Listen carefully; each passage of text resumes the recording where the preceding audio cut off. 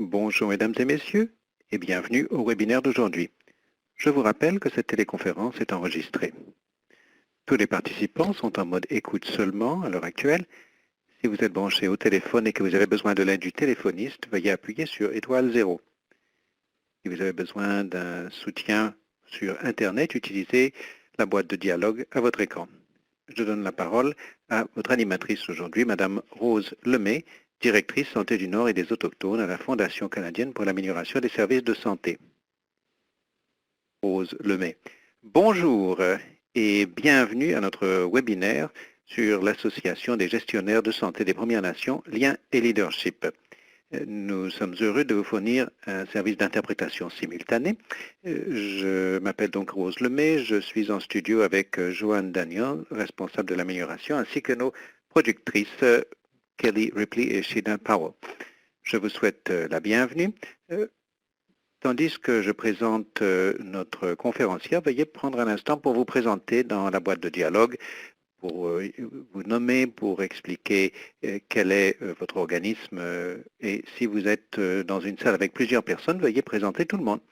Nous allons entendre Marion Crow, directrice administrative fondatrice de l'Association des gestionnaires de santé des Premières Nations. Marion Crow est CRI de la Première Nation Piapot en Saskatchewan et de l'expérience au sein de Santé Canada et de la Direction générale des Premières Nations, de la santé des Premières Nations et Inuit. Elle a une expérience étendue de l'élaboration des programmes, de la politique des systèmes de santé, des ressources humaines en santé et de la gestion financière. Marion Crow s'est toujours intéressée à aider les membres des communautés dans l'acquisition de compétences et de titres de qualification en matière de perfectionnement professionnel. Elle était administratrice fondatrice de la section de la Saskatchewan de l'Association des agents financiers autochtones. Elle a reçu un certain nombre de prix. Récemment, le prix 2015 Xerox Canada pour l'excellence dans le leadership autochtone. Ce webinaire s'inscrit dans le parcours d'apprentissage recommandé par la FCASS au sujet de la santé des Autochtones. Nous allons vous annoncer des webinaires à venir qui feront partie donc de notre parcours d'apprentissage au sujet de la santé des Autochtones. Aujourd'hui, nous allons apprendre comment l'Association des gestionnaires de santé des Premières Nations soutient le perfectionnement professionnel, le réseautage et la recherche pour les gestionnaires en santé. Pendant ce webinaire, vous êtes invités à saisir des questions et des commentaires en anglais ou en français dans la boîte de dialogue sur la droite de votre écran. Une fois que Marion Crow aura achevé sa présentation, nous allons tâcher de répondre à un aussi grand nombre de questions que possible. Les questions auxquelles nous ne pourrons répondre aujourd'hui trouveront réponse par courriel postérieurement au webinaire et vous pouvez bien entendu toujours faire un suivi avec nous en ligne. Je donne à présent la parole à Marion Crow de l'Association des gestionnaires en santé des Premières Nations. Marion Crow. Merci beaucoup Rose Lemay, merci pour cette présentation très aimable. Je voudrais remercier les participants en ligne. Vous savez que je suis gestionnaire de santé des Premières Nations agréé. Il s'agit d'un titre qui est conféré de l'Association des gestionnaires en santé des Premières Nations qui ont obtenu la désignation voulue. Rose Lemay est également gestionnaire de santé des Premières Nations agréé. Nous sommes vraiment très heureux que Rose Lemay ait prêché d'exemple et obtenu notre désignation. Alors, aujourd'hui, nous allons évoquer la nature de l'Association des gestionnaires en santé des Premières Nations. Il s'agit d'un organisme qui représente les gestionnaires en santé venus de tout le Canada. Nous fournissons un soutien dans leur certification et dans leur perfectionnement. Nous sommes l'organisme au plan national qui est responsable d'assurer la formation, l'accréditation et les possibilités professionnelles en matière de gestion de santé des Premières Nations partout au Canada. Je vais vous en dire un petit peu au sujet de l'Association des gestionnaires de santé des Premières Nations, l'acronyme AGSPN. Si vous m'entendez dire AGSPN, je fais allusion à l'Association des gestionnaires de santé des Premières Nations. En fait, dans la santé des Premières Nations, les acronymes sont multiples. dans les Premières Nations en général. Donc, je vous signale à l'avance que la GSPN, c'est notre organisation.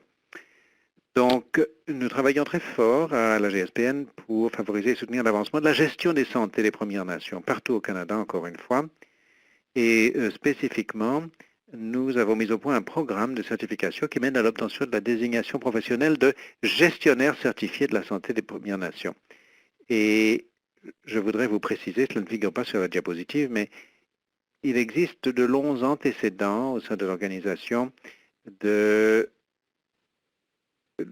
mise au point de programmes qui n'existent pas actuellement au Canada.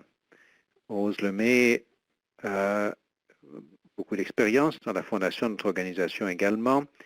Nous remontons à l'année 2005 en fait.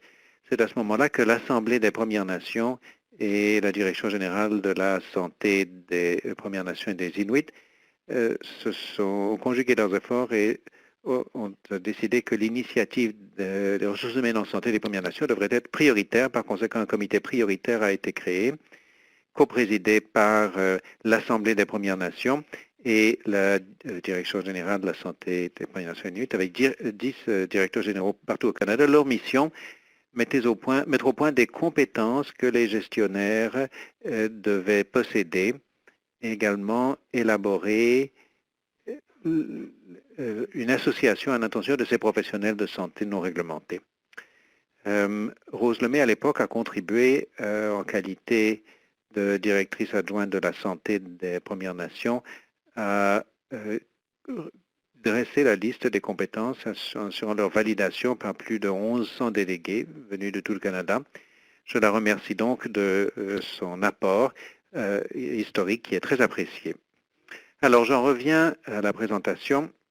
Je voulais simplement vous donner un petit peu d'antécédents sur la façon dont nous avons commencé, pourquoi c'était important, et pour récapituler le fait que les gestionnaires et directeurs de santé des Premières Nations ont donné leur avis dans l'élaboration d'un ensemble de compétences qu'ils estimaient que les gestionnaires de santé devaient posséder, tout comme toute autre association de professionnels de la santé. Les compétences sont au cœur du fonctionnement et de la fondation de la GSPN. Alors, je vous ai exposé un petit peu nos antécédents. Nous sommes un organisme jeune. Nous avons ouvert nos portes en septembre 2010. Donc, pas beaucoup d'antécédents. Mais nous avons quand même bon nombre de réalisations.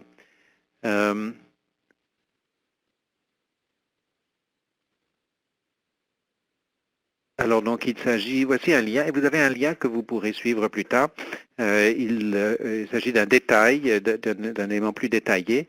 Je vais passer en revue assez rapidement les 9 premières diapositives, mais j'ai vraiment voulu vous montrer, bon, qu'est-ce qu'un directeur de santé, qu'est-ce qu'il fait, qu'est-ce qu'on attend d'un directeur, et bon, de là vous pouvez vous faire une idée du soutien que vous pouvez leur donner ou non dans vos responsabilités au Canada.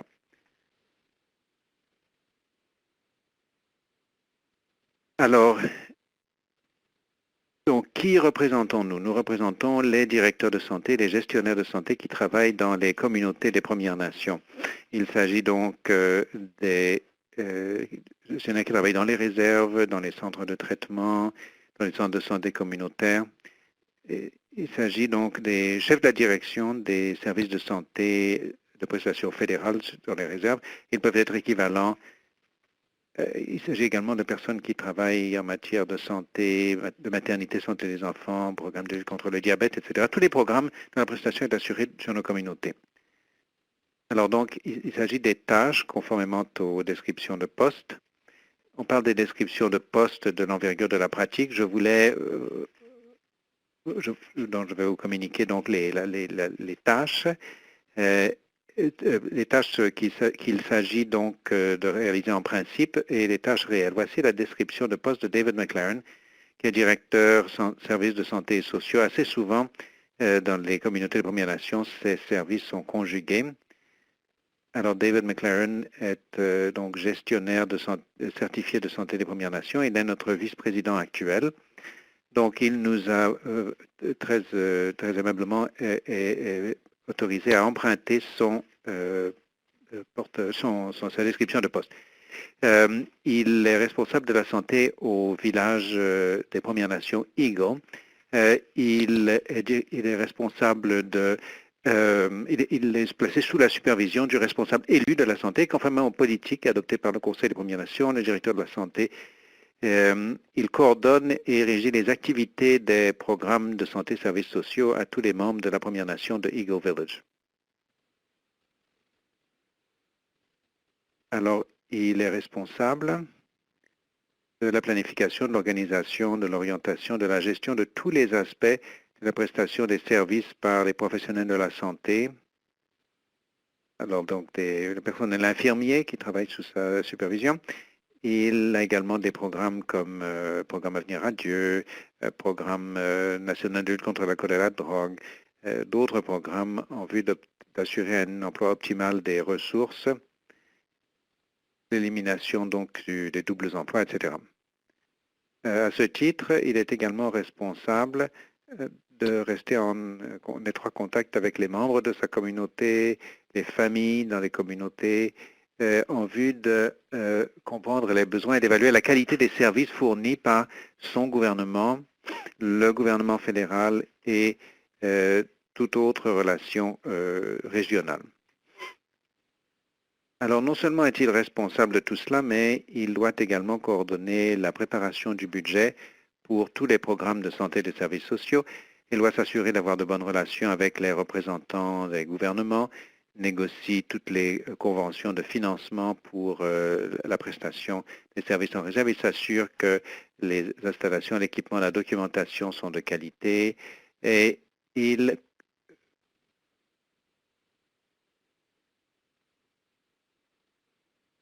est responsable donc de l'évaluation et de la prestation de tous les services de santé dans sa communauté. Voilà donc sa description de poste. C'est assez simple. C'est un directeur communautaire de santé. Et bien sûr, il y a les tâches dont il est responsable, conformément aux membres de la communauté qu'il sert. Donc, il doit revoir et autoriser le paiement de toutes les factures. Bien sûr, ça fait partie de ses fonctions. Il devrait réaliser des vérifications périodiques des dépenses d'atelier. Il recherche donc des justificatifs. Il doit passer en revue tous les aspects financiers des propositions relatives au projet, négocier les tarifs, les emplois, et bien sûr, tenir au courant les membres de sa communauté, s'assurer qu'ils se sentent participants à l'égard des services de santé dont il assure la prestation. Il assure la gestion des ressources humaines de la station de santé du village Première Nation Eagle, le travail contractuel, les rencontres avec le personnel, mise à jour des politiques et procédures, intervention dans le cadre de règlement des différends et disciplines et bien sûr validation de la gestion du temps. Les gens veulent savoir ce qui se fait dans le centre de santé moyennant des dollars qui sont versés. Il doit assurer donc une liaison avec les organismes et les partenaires qu'il assiste dans la prestation. Donc ces partenaires incluent la commission des santé et services sociaux, les services de santé des Premières Nations du Québec et du Labrador, les ententes avec la Direction générale de la santé des Premières Nations et Inuit, les programmes de transition financés, les tâches, les groupes de travail relatifs aux communautés locales avec lesquelles il travaille, surtout en ce qui concerne l'intégration des services de santé qui est à l'honneur récemment. Il doit s'assurer qu'il travaille de concert avec un organisme régional en vue donc d'assurer la prestation adéquate des services.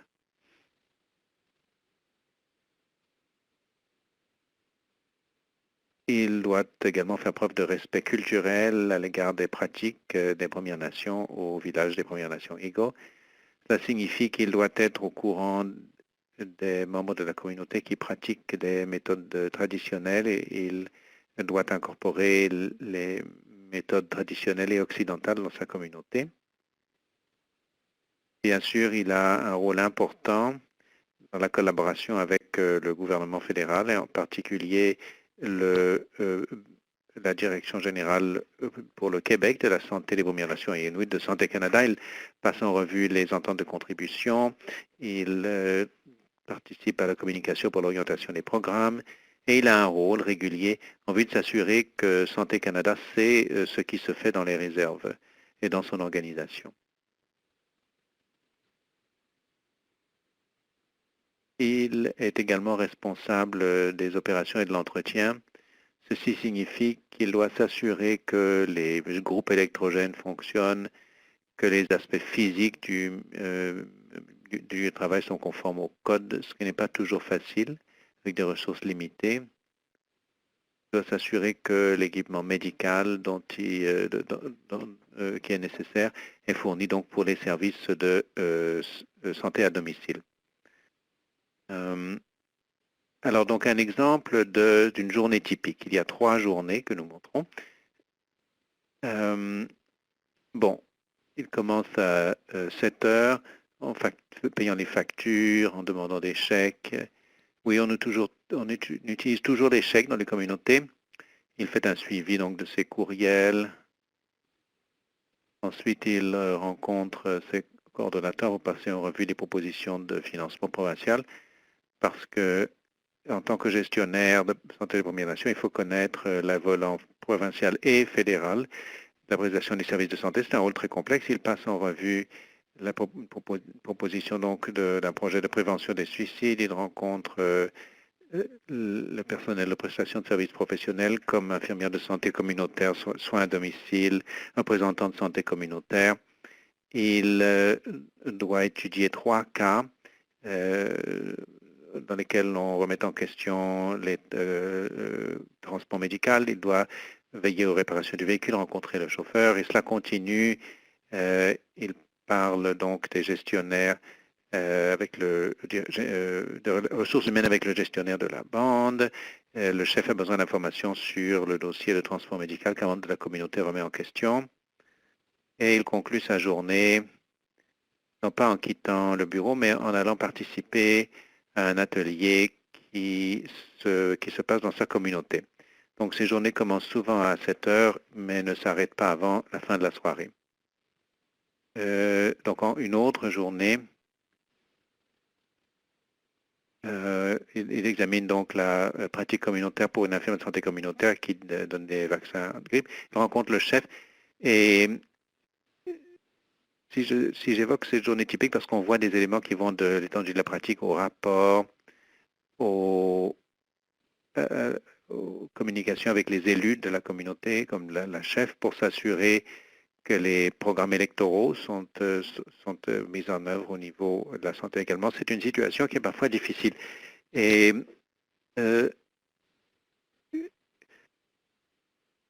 il y a quelqu'un qui vient vous voir à 7, 8, 9 heures du soir parce que vous êtes dans la communauté. Et très souvent, vous êtes parent d'un client qui cherche des services de santé. Donc, il finit sa journée. Après toute cette liste, il est en retard pour le dîner et il doit dépouiller 2 castors et un vison. Très souvent, le directeur de santé communautaire joue un rôle dans les aspects de nutrition de la communauté, chasse également pour soutenir la communauté. Et donc voici donc l'aspect des compétences culturelles. Alors, 3e journée typique. Il commence à travailler sur les rapports pour Santé Canada. Ayant travaillé à Santé Canada et ayant présenté des rapports à Santé Canada, je peux vous dire que ce sont des rapports très longs qu'il faut remplir. Donc, il a prévu 1h30 pour travailler là-dessus. Donc, il y a des questions de ressources. Il essaye donc de partir du bureau avant que quelqu'un d'autre ne puisse mal se passer. Donc, 3 journées typiques de la vie d'un directeur communautaire Bateau-Canada. Et voici l'intéressé. Je ne sais pas si vous pouvez voir ces diapositives, mais vous y aurez accès. Voici David McLaren, gestionnaire certifié de santé des Premières Nations et vice-président de l'Association des gestionnaires de santé des Premières Nations qui pratique donc la pêche pour sa communauté. Je me suis dit que c'était une façon très appropriée de conclure la description de l'action d'un gestionnaire en santé qui contribue à sa communauté par l'alimentation. Alors, notre organisme est régi par un conseil d'administration. Nous avons donc une présidente qui représente l'Alberta, Lauren Masqua, et vous pouvez voir donc toutes les régions du pays sont représentées au sein du conseil, à l'exception du Yukon. Nous n'avons pas de membres du Yukon encore. Je vous rappelle que nous n'avons que 5 ans d'existence, donc nous travaillons toujours à étendre notre réseau. Mais si vous connaissez ces personnes, vous saurez qu'ils contribuent à la gouvernance en siégeant au conseil d'administration. Alors, les partenariats. Je voudrais évoquer rapidement les partenariats que nous avons pu conclure depuis 5 ans. Il y a l'Assemblée des Premières Nations. Ça, c'était un partenariat très important pour notre organisation parce que l'association était à l'origine issue d'un comité consultatif de l'Assemblée et de la Direction générale. Donc, il y a des conventions qui régissent nos communications. Il y a également 3 résolutions des chefs qui ont été adoptées. Je ne sais pas si vous savez comment fonctionne l'Assemblée des Premières Nations, et c'est pratique, mais les chefs venus de partout au Canada se réunissent 2 fois par an et des résolutions sont proposées. Nous en avions 3 qui étaient reliées à l'Association des gestionnaires en santé des Premières Nations en vue de soutenir l'organisation, soutenir le cadre de coûts et de frais dans lequel tous nos cours sont fondés. Et puis une résolution qui a été adoptée au mois de juillet, une résolution précisant que la désignation de gestionnaire certifié de santé des Premières Nations serait considérée comme étant le titre privilégié pour l'embauche des directeurs et gestionnaires de santé dans les conférences, dans les communautés. Donc c'est un partenariat très important avec l'organisation. L'autre organisation avec laquelle nous entretenons des relations de partenariat, nous pouvons donc envisager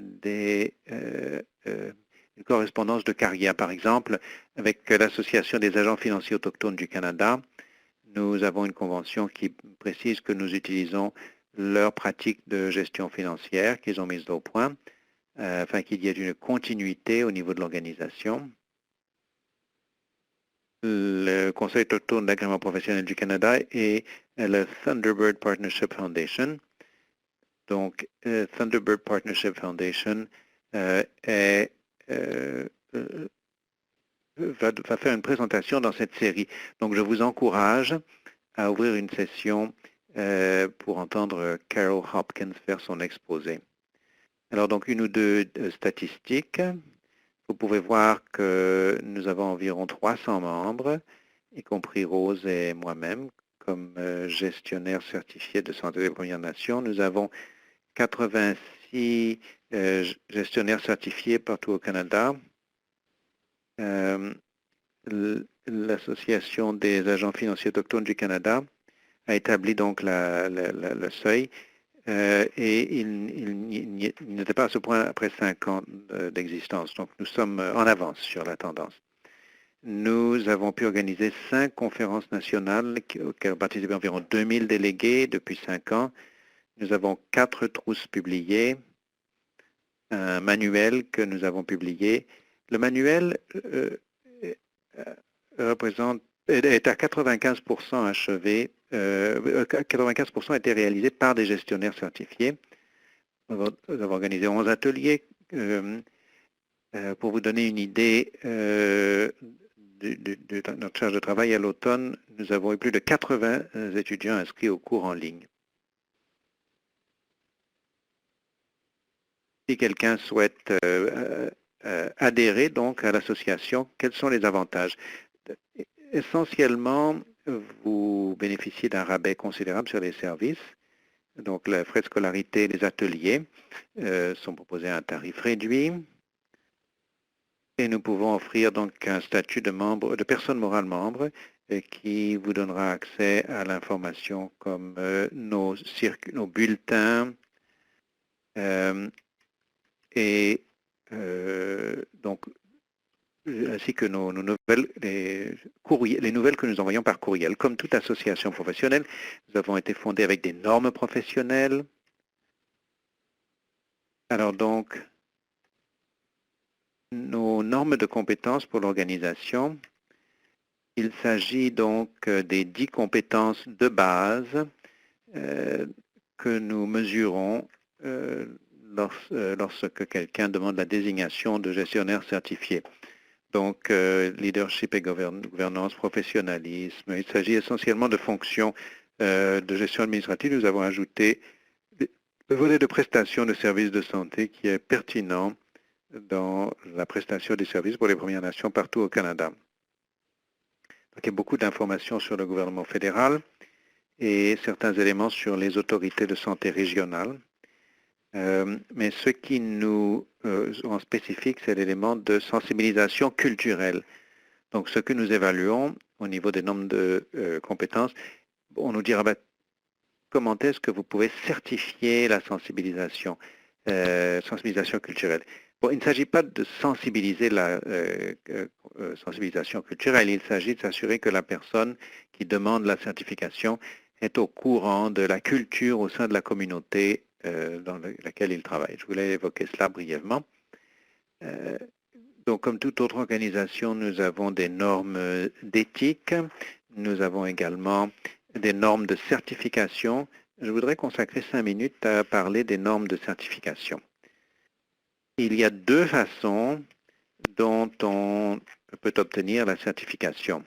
Il y a deux cheminements différents pour la certification. Il y a donc le cheminement régulier et le cheminement pour l'évaluation et la reconnaissance des acquis. Nous avons également le programme de formation professionnelle, les cours, et bien sûr, nous avons le maintien de la certification. Alors, qu'est-ce qu'un gestionnaire certifié de santé des Premières Nations? Qu'est-ce que ça signifie? Il s'agit que nous avons démontré à l'Association des gestionnaires santé des Premières Nations que nous sommes des professionnels hautement qualifiés, investis dans le perfectionnement de notre carrière, et qui nous conformons à des normes d'éthique. Nous sommes experts dans la gestion de santé des organisations des Premières Nations et nous sommes valorisés pour notre compréhension de la gestion de la santé et des services de santé. Nous sommes une source de renseignement et d'interprétation des questions de santé et de gestion de la santé. Un GCSPN peut également contribuer à améliorer le processus décisionnel et donc valorisé pour sa participation notamment au projet d'intégration de la santé. Alors donc,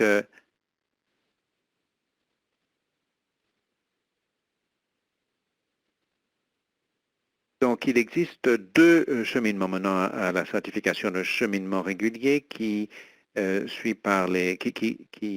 consiste à suivre les cours, réussir l'examen, ou bien il y a le programme d'évaluation de reconnaissance des acquis qui démontre que vous avez 7 ans ou plus d'expérience dans la gestion de la santé des Premières Nations. Vous devez achever donc une évaluation sur ces 10 compétences et puis créer un portefeuille qui est proposé, qui est passé en revue pour voir si vous vous conformez aux normes de certification. Alors j'ai évoqué un petit peu donc de l'évaluation des reconnaissances des acquis. Passons à la prochaine diapositive. Bon, beaucoup d'industries ont un programme de RA, donc je ne vais pas entrer dans les détails parce que vous le connaissez déjà. Ce que je peux vous dire toutefois, c'est pourquoi il est important pour la GSPN d'avoir un programme de RA. Nous voulons reconnaître et valoriser les années, la progression des directeurs de la santé avant qu'on ait parlé de certification. Il s'agit donc de reconnaître le rôle des directeurs de santé dans les communautés qui ont 7 ans ou plus d'expérience, puisqu'il y a beaucoup de directeurs de santé dans la communauté qui n'ont pas de formation structurée. Bon, il y en a qui ont des maîtrises, mais ça, c'est une façon d'honorer ce qui a collectivement été réalisé dans une carrière. Alors, donc une personne qui suit le programme de RA. Il s'agit donc de remplir l'auto-évaluation. Il faut donc préparer donc un curriculum vitae, une description de tâches et des données probantes pour montrer que l'on se conforme aux exigences. Ensuite, on envoie le portefeuille à l'organisation, qui est évalué. Donc, qui évalue les portefeuilles? Nous avons des assesseurs qui sont des professionnels expérimentés qui nous viennent à l'association avec issus de longues carrières dans la santé au niveau des Premières Nations. Ce sont des personnes qui recherchent des données probantes de façon objective des candidats pour s'assurer qu'ils ont au moins 80% des exigeants, des champs de compétences voulus. Alors donc, dans le cheminement régulier, si vous voulez suivre les cours, il y a 5 cours à suivre. Ces 5 cours comportent sur les 10 domaines de compétences de base auxquels j'ai fait allusion tout à l'heure. Donc les cours en vue d'obtenir donc le programme de gestion sont donc enjeux et système de santé, leadership et stratégie, service de gestion de la santé 1 et 2, et puis pour conclure, professionnalisme, éthique et sensibilisation culturelle. Et il y a donc un examen final qui doit être auquel les candidats doivent réussir. Alors pour vous donner une idée de ce que couvrent les cours, je voulais vous expliquer les objectifs d'apprentissage. Ce ne sont pas des détails, c'est ce que nous évoquons dans le cours 100, jeux et systèmes de santé. Mais je voulais vous montrer qu'il s'agit d'un cours qui est très très populaire pour l'organisation. Non seulement est-ce qu'il y a des gens qui sont intéressés par le titre, qui veulent suivre ce cours, mais encore des personnes qui ont travaillé, qui travaillent pour des autorités de santé régionales, des réseaux locaux d'intégration des services de santé, des partenaires en Premières Nations qui s'intéressent à ce cours parce que nous évoquons donc les antécédents, les politiques pour la prestation des services de santé des Premières Nations, les systèmes et les programmes, comment les Premières Nations peuvent-elles s'y retrouver dans le système fédéral, la prestation donc de services, l'épidémiologie, les déterminants de la santé, on parle au niveau global et également des déterminants de la santé pour les Premières Nations. La gouvernance en santé, en matière de santé, c'est très très important parce que cela permet à chacun de comprendre à quoi ça ressemble au niveau d'une communauté.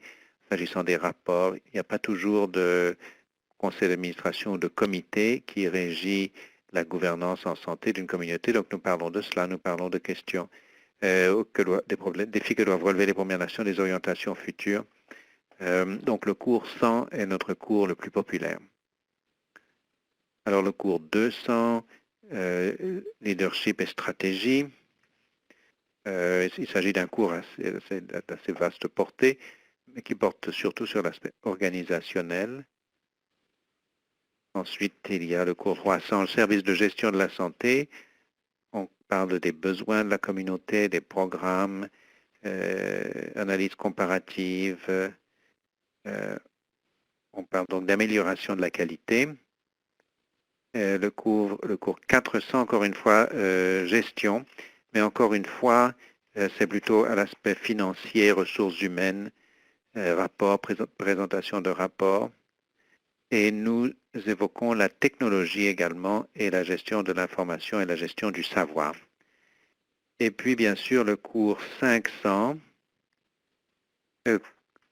réunit tous ces éléments, fait la synthèse de tous ces éléments. On évoque la culture de la communauté, on évoque la façon dont donc la culture et soins de santé, le professionnalisme, il y a un code de conduite, dans le code de conduite. Nous évoquons donc prendre soin de soi-même. Tous ceux qui travaillent dans la santé sont conscients de cet élément. C'est un élément auquel on doit accorder une forte priorité, surtout dans le contexte des Premières Nations. Encore une fois, il s'agit de professionnels de la santé qui vivent dans la communauté et il est rare qu'ils ne répondent pas quand on frappe à la porte ou au téléphone. Ils ne travaillent pas de 9 à 5 classiquement. Donc on insiste beaucoup sur l'importance de prendre soin de soi-même. Une fois qu'une personne est certifiée, comme dans le cas d'autres associations professionnelles, il y a une exigence de maintien de la certification. Il faut donc chaque année participer à 20 heures de perfectionnement professionnel continu. Nous soutenons donc le perfectionnement professionnel dans la création donc, du programme que nous venons de passer en revue. Nous avons une conférence annuelle qui réunit 350 à 500 leaders de santé des Premières Nations venus de tout le Canada. Si vous y intéressez, je vous annonce que c'est du 15 au 17 novembre à Vancouver, à l'hôtel Hyatt Regency.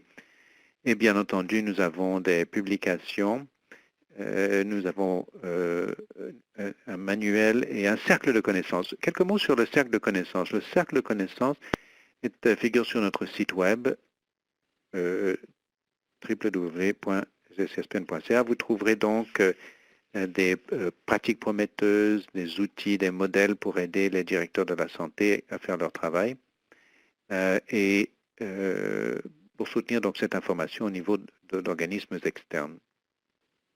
Alors, donc voici la liste des ateliers que nous avons pu créer depuis 1 ou 2 ans.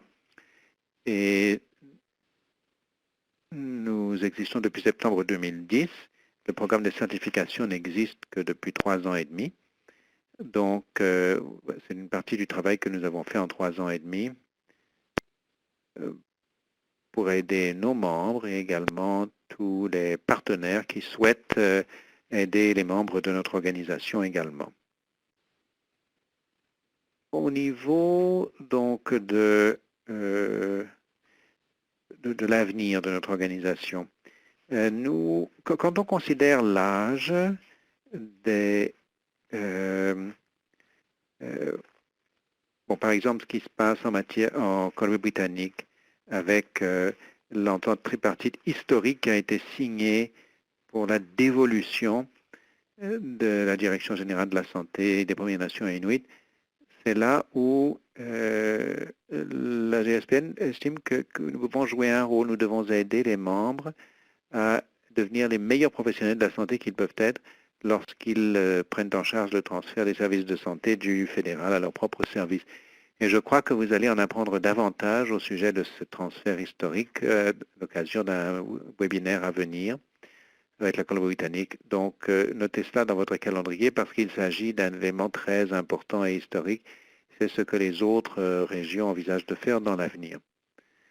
Nous pouvons également aider votre personnel au niveau de votre organisation à soutenir le développement des capacités pour la santé des Premières Nations.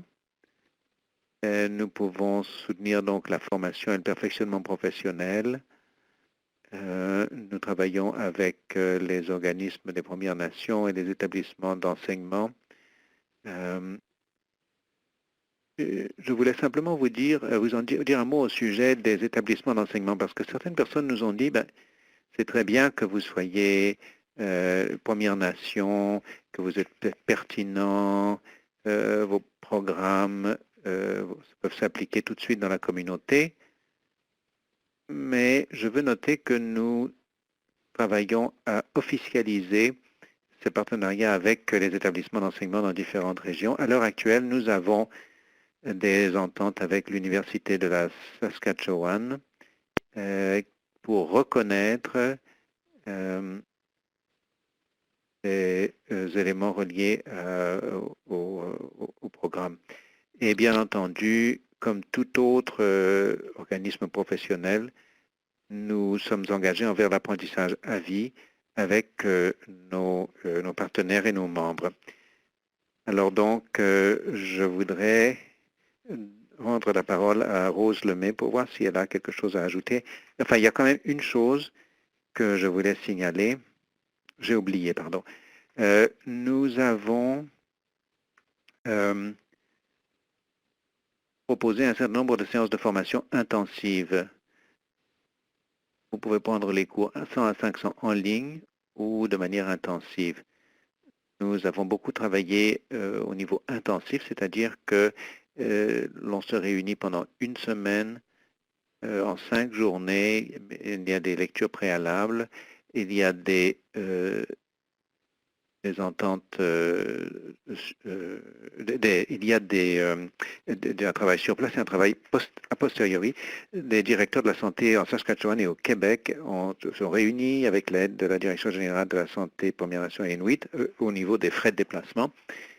Et ils apprennent au niveau de l'apprentissage en ligne, ils travaillent ensemble entre pairs. Et donc la tendance, c'est que on réussit beaucoup mieux grâce à la méthode de prestation intensive. C'est une méthode, comme je l'ai dit tout à l'heure, que la Saskatchewan et le Manitoba, je voulais dire le Québec, ont soutenu. Nous avons fait un exposé à tous les gestionnaires régionaux de la direction générale. Il y a 15 jours, le Dr Pam Smith, qui est directrice régionale, nous a dit que son personnel déclare qu'il y a eu des augmentations considérables dans les partenariats entre les directeurs qui ont reçu la formation et ceux qui n'en ont pas reçu. Donc on voit déjà un rendement sur l'investissement dans cette région. Rose Lemay, merci beaucoup Marion Crowe. Alors à présent, si vous avez des questions, veuillez les saisir dans la boîte de dialogue. Moi, j'ai une ou deux questions pour commencer. Vous avez dit que vous avez un manuel. Est-ce qu'il est disponible en ligne ou est-ce que les membres peuvent en obtenir des exemplaires? Marion Crowe, merci pour cette question. Nous avons notre manuel et nous avons un ou deux autres produits et services. Le manuel peut être commandé en ligne sur notre site web www.agspn.ca.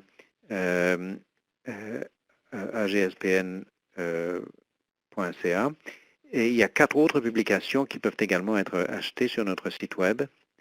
Nous avons des trousses à outils. Je voudrais que vous puissiez les voir. Nous en sommes très fiers. Elles sont pratiques, elles sont pertinentes, elles sont applicables. Spécifiquement au niveau des programmes sur services de soutien de ressources humaines, nous en avons un autre sur les stratégies de gouvernance politique et prise de décision. Nous avons l'intégration des services de santé et nous mettons au point notre projet le plus récent sur l'accréditation en services de santé qui sera disponible cette année sur notre site web, pourra donc être acheté.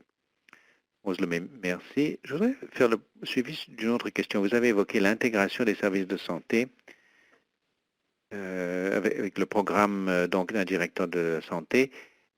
Si vous deviez dire, bon, si un leader de santé qui envisage donc ses relations avec les Premières Nations, comment est-ce que votre organisme peut aider et quelles seront les prochaines étapes que vous recommanderiez?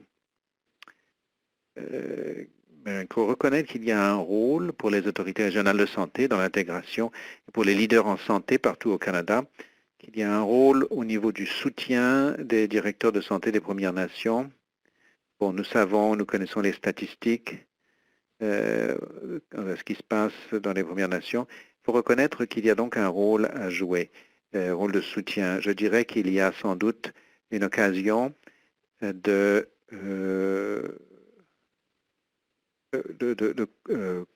suivre conjointement certains cours intensifs. J'aimerais bien qu'un jour, un réseau local d'intégration des services de santé, une autorité régionale de santé ou un bureau régional du ministère de Santé Canada participe au cours collectivement pour montrer les services, la nature réelle de l'intégration. Rose Lemay, merci beaucoup. Alors, donc, j'ai une autre question à vous poser. Vous avez parlé de la réconciliation. Quel serait le point de vue de votre organisation? La Commission de la vérité et de la réconciliation a lancé un appel à l'action. Il y a eu... Donc, comment peut-on aider? Est-ce qu'il y a moyen pour votre organisation de participer à cette conversation?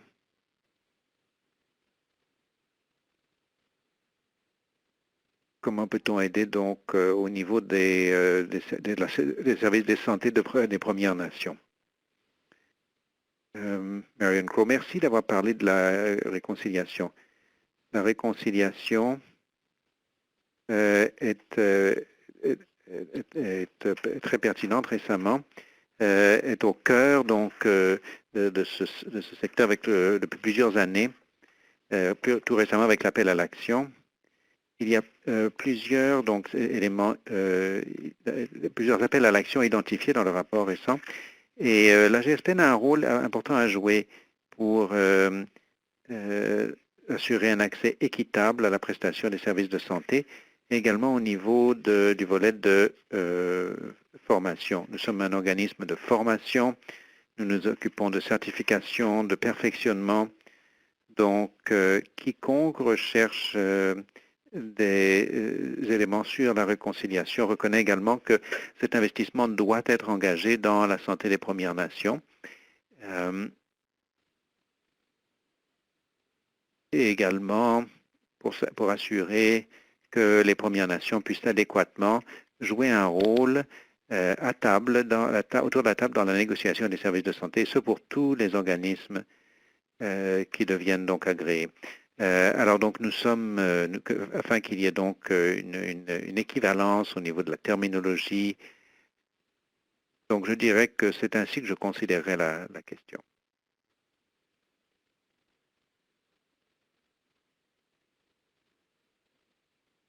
Rose Lemay, bon, il y a quelques questions qui pourraient arriver donc sur la boîte de dialogue, mais je vais commencer à continuer à vous poser quelques questions. Bon, vous avez beaucoup parlé les relations entre les autorités régionales, les systèmes provinciaux, et vous avez donc beaucoup travaillé à créer une situation d'égalité. Est-ce que vous pouvez parler à d'autres organismes de ce thème? Est-ce que vous pouvez participer à des conférences, des choses qui pourraient vous permettre de mettre cela en valeur? Marion Crowe, l'association la GSPN envisage des possibilités au niveau de notre mandat, c'est-à-dire la certification et le perfectionnement professionnel. Mais je pense qu'il y a un rôle plus général, la voix que les directeurs de santé partout au Canada peuvent faire entendre.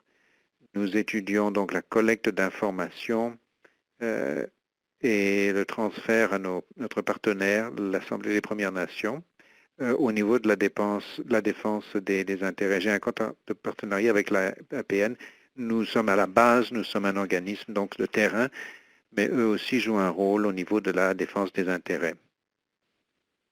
C'est une relation que je valorise beaucoup. Mais cela ne signifie pas que les directeurs de santé qui sont donc sur le terrain n'ont pas des idées sur la manière dont la réconciliation au Canada, spécifiquement en santé, peut être prise en charge. Donc, nous avons parlé de l'organisation, nous partageons certaines pratiques prometteuses et nous avons participé à des éléments qui dépassent un peu notre mandat habituel. Par exemple, la CSPN a récemment participé à un concours pour trouver des pratiques novatrices d'amélioration des services de santé autochtones. Et ça, c'était très, très intéressant. Par ailleurs, moi, j'établis des liens. Pour certaines des personnes qui sont en ligne aujourd'hui, bon, il y a des gens, ceux du secteur de l'accréditation, et je voulais vraiment évoquer quelque chose. L'accréditation, je travaillais autrefois dans l'accréditation, donc nous constatons souvent que lorsqu'un organisme des Premières Nations subit une accréditation, le rapport porte sur le leadership et la gouvernance. Donc, au niveau, s'assurer donc les processus, si les Premières Nations souhaitent suivre un processus d'accréditation, si elles le souhaitent, ce n'est pas obligatoire, il faut qu'il y ait des investissements en matière de gouvernance dans la santé des Premières Nations. Et ça, la GSPN désire se pencher sur ce point et le fait dans le cadre de nos ateliers, également de nos trousses à outils. Rose Lemay, bon, nous Nous allons devoir passer à une dernière question.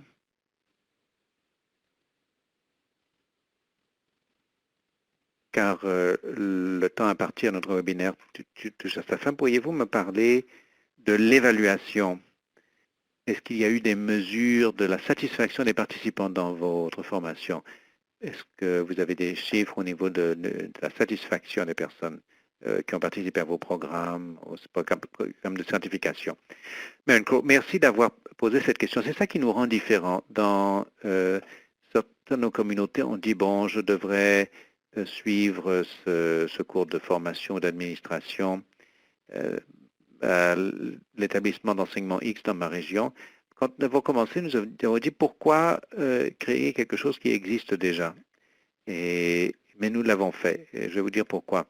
Nous avons réalisé une évaluation très étendue de ce qui existait, comparé aux compétences de base que les gestionnaires disaient déclarer. Et l'écart était rapportait sur le fait qu'il n'y avait rien de pertinent au niveau du contexte de terrain, de la vie réelle, au niveau donc de la sensibilisation culturelle en un mot. Donc un exemple de notre toute première mission, mission numéro 1, quand quelqu'un vient dans notre classe, vous avez donc un tout nouveau conseiller portefeuille en santé. Si vous ne le savez pas, les postes portefeuille de santé connaissent un roulement assez rapide dans la communauté. Un tout nouveau conseiller portefeuille de santé qui n'a pas en matière de santé et qui est un parent du chef. Comment est-ce que vous informez la personne? Et ça, c'est la réalité. On sourit parce que c'est la réalité. Comment est-ce que vous pouvez expliquer les services de santé, le secteur de la santé? Ça, c'est la mission numéro 1. Ça, c'est un outil que beaucoup d'étudiants utilisent. Beaucoup d'étudiants nous disent, bon, j'ai retrouvé mon devoir là, du cours 1.0.0 lorsque nous avons eu un nouveau conseiller. Donc la pertinence, c'est que personne d'autre, aucun établissement d'enseignement ne propose cela. La réalité, c'est que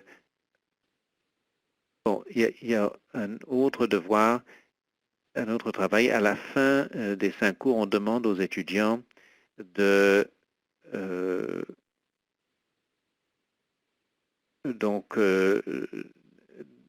d'évoquer des cas qui cumulent les cinq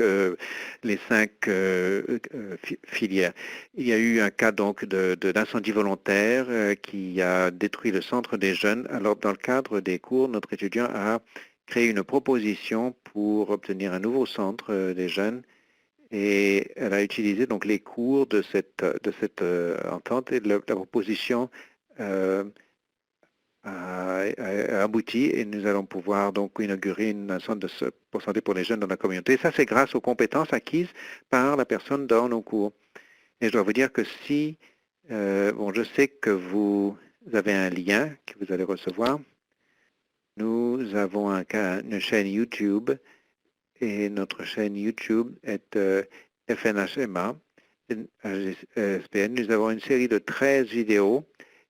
Si vous regardez la vidéo, les directeurs de santé parlent aux directeurs de santé, vous verrez également les étudiants. C'est facile pour moi de dire, j'adore le programme, je ne suis pas objectif, mais nos étudiants qui ont suivi le programme disent que, bon, comparé à ce qui se passait il y a 10 ou 15 ans, lorsque je suis devenu gestionnaire, notre communauté aurait progressé tellement plus si nous avions eu ce genre de soutien et en partenariat, non seulement avec le gouvernement fédéral, mais nos autorités régionales de santé, les réseaux locaux d'intégration de la santé et nos partenaires régionaux partout au Canada. Donc, lorsque vous voulez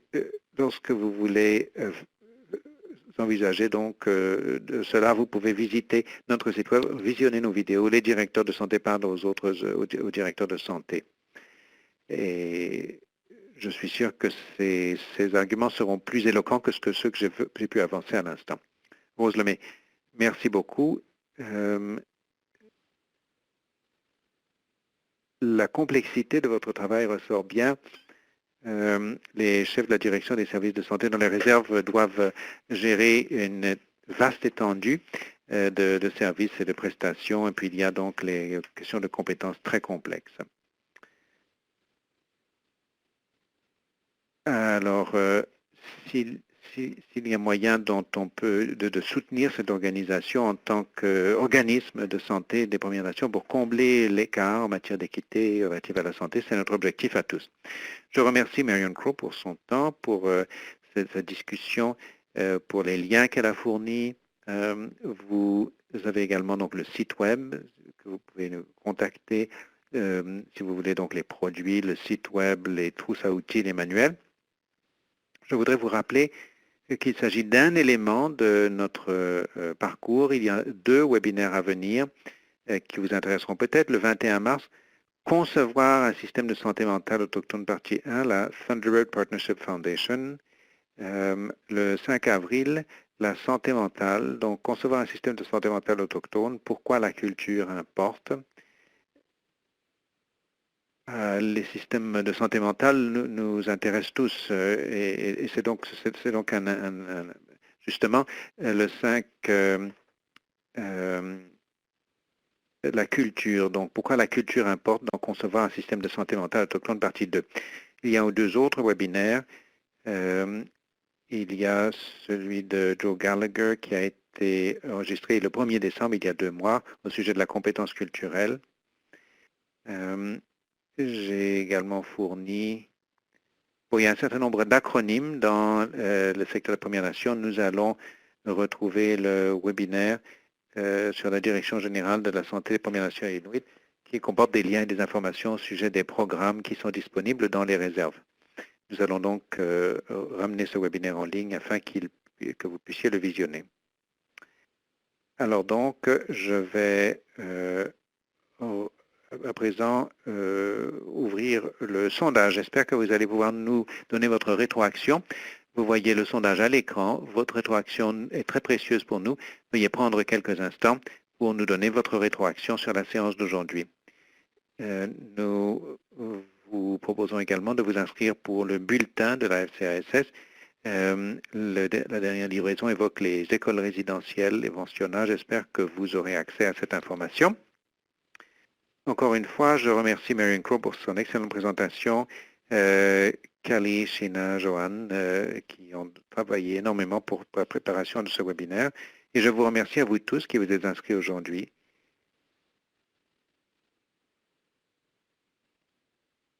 Et voilà qui conclut notre webinaire d'aujourd'hui. Je vous souhaite une bonne continuation.